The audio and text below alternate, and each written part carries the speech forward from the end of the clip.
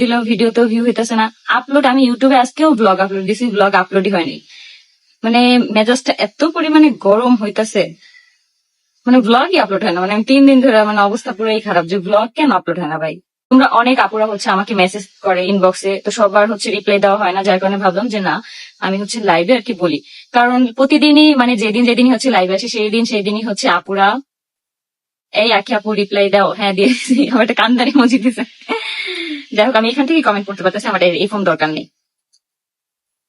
তো আমি হচ্ছে মানে কিছু কিছু আপুর অনেক অনেক ধরনের কমেন্ট থাকে, যে কমেন্ট গুলো রিপ্লাই আর কি ভাবলাম যে আমার দেওয়া উচিত, তো এই জন্য হচ্ছে রিপ্লাই দিয়ে দিব এখন। কেমন আছো? এই তো আলহামদুলিল্লাহ ভালো। তোমরা কেমন আছো সবাই? আসসালামু আলাইকুম আপু, কেমন আছো? এই তো আলহামদুলিল্লাহ আলহামদুলিল্লাহ। হ্যালো আপু, হাই। হ্যালো আপু, এই তো আলহামদুলিল্লাহ ভালো। তোমার সাথে কথা বলবো না, রাগ করছি? কেন আপু কথা বলবা না কেন? হাই আপু, কেমন আছো? এই তো আলহামদুলিল্লাহ ভালো। তোমরা অনেক আপুরা হচ্ছে, কিছু কিছু আপুরা হচ্ছে মানে আমার কথা কি, যদি তোমরা মেডিসিন না খাও তাহলে তো অবিশ্বাস করার কোনো কারণে, কিন্তু যেটা খেয়ে হচ্ছে আমি বেনিফিট পাইছি, আমি উপকার পাইছি, সেটা তো আমি বলবো। যেটাতে আমি বেনিফিট পাবো না সেটা তো আমি বলবো না, ঠিক না? অনেক আপুরে হচ্ছে বলে তোমার হাত পা মোটা হয়নি। আমার হাত আর কতটুকু মোটা হবে দেখো, আর কতটুকু একটা মানুষের হাত মানে আরো মোটা হবে হাত পা। আসসালামু আলাইকুম আপু, কেমন আছো? এই তো আলহামদুলিল্লাহ ভালো। তোমরা কেমন আছো সবাই? আপু তোমার বাসা কোথায়? আমার বাসা হচ্ছে মিরপুর। আপু আসসালামু আলাইকুম আপু, কেমন আছো? এই তো আলহামদুলিল্লাহ ভালো।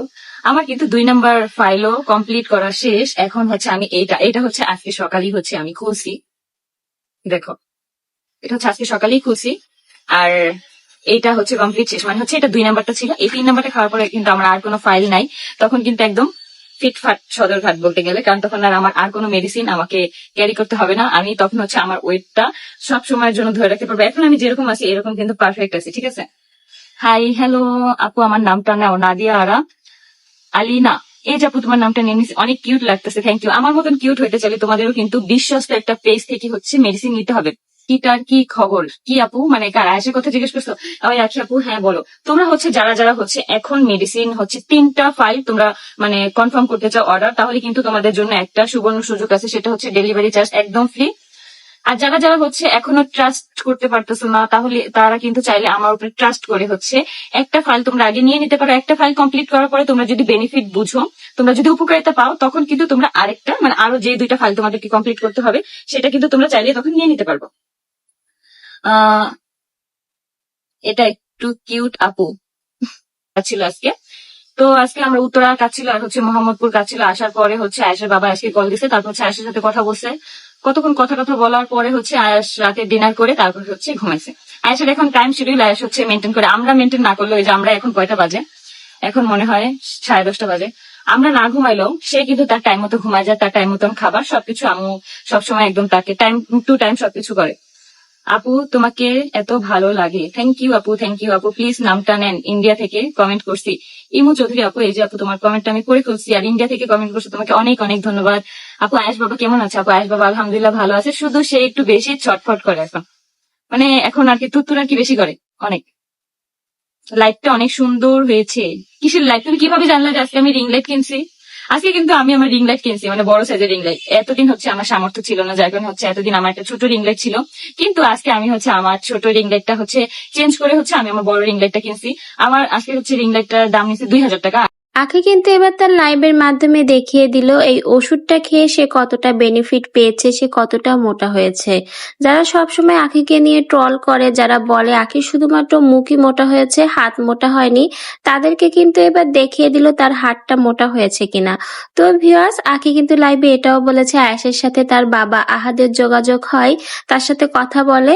তো ভিউয়ার্স, আর কি কি বললো আখি তার লাইভে জানতে ভিডিওটা না টেনে শেষ পর্যন্ত আমাদের সঙ্গেই থাকুন। হচ্ছে আমি রিং লাইটটা কি নতুন নিছি, এতদিনও মানে অনেকে এখন বলতে পারে এতদিন তো টাকা ইনকাম করছি, কিন্তু টাকা ইনকাম করছি আমাদের হচ্ছে মানে বুঝে বুঝে খরচ করা ভালো।